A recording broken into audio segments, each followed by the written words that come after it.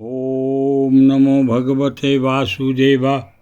श्रीमद्भागवत महापुराण प्रथम खंड। भगवान श्री कृष्ण की जय। नारायण। मेरे श्रोतागण, उनके माता पिता, उनके बच्चों, उनकी बहू बेटियां, उनके बुजुर्गों की रक्षा करना।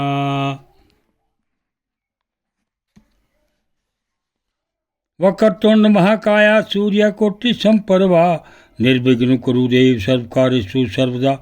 गणपति भगवान की जय। गुरुर्ब्रह्मा गुरुर्विष्णु गुरुर्देव महेश्वरा गुरु साक्षात पार ब्रह्म तस्मै श्री गुरुवे नमः।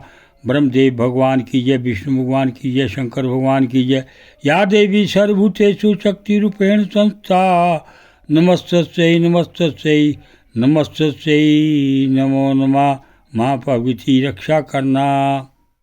कथा का पाठ 60। उत्थान समृतता दूरत हृदया भ्रातन सवा सवर्वा पितरोच दिनो ग्रहान मनो गयोरु परिछंदाच व्रतीच कुलया पशु व्रत वर्गान दयाजेत कोश शक्रदीवे मा कर्माणि लोभाद वित्र पतकामा उपचस्त जयम बहुमन्यमाना कथम विरजयेत दुरंत मोहा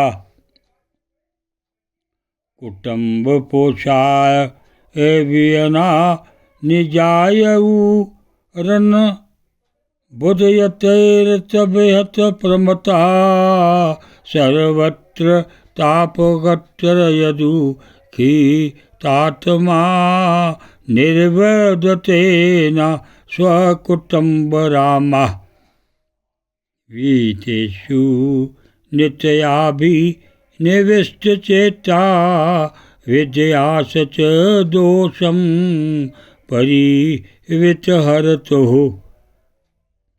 प्रत्यये चाथापयजितन्द्रस्त दशात कामो हरते कुडम्बी विद्वान पीठतम धनुजा कुटुम्बम पुष्ण स्वलोकाय न कल्पते वै व्यासवीयापार कया भिवन भावा ततम प्रपदोत यथा विमूढ़ा।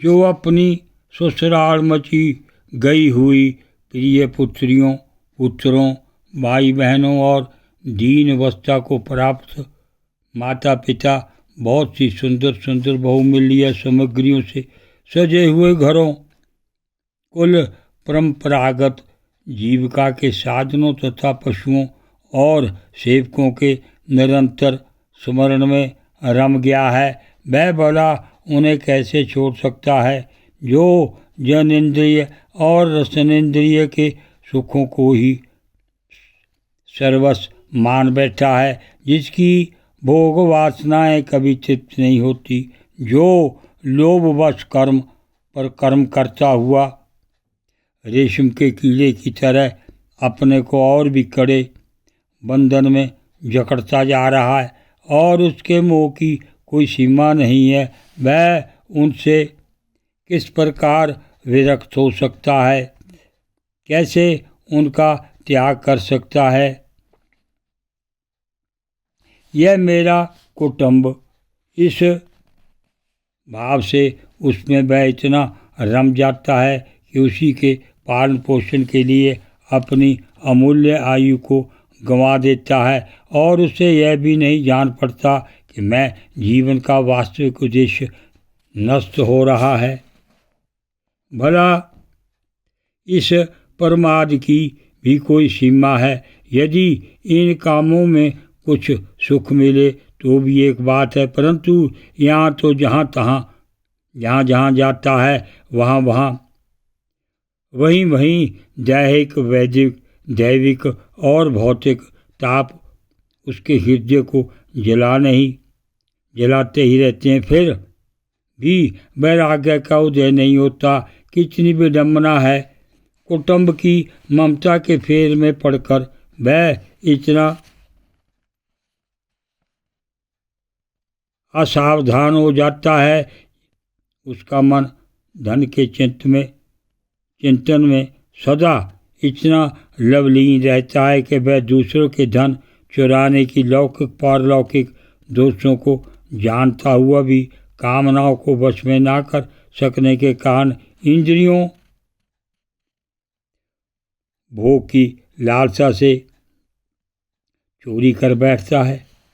भाइयों, जो इस प्रकार अपने कुटुंबियों के पेट पालने में लगा रहता है, कभी भगवत भजन नहीं करता, वह विद्वान हो तो भी उसे परमात्मा की प्राप्ति नहीं हो सकती, क्योंकि अपने पराये का भेदभाव रहने के कारण उसे भी अज्ञानियों के समान ही तमाम गति प्राप्त होती है। ओम नमो भगवते वासुदेवा।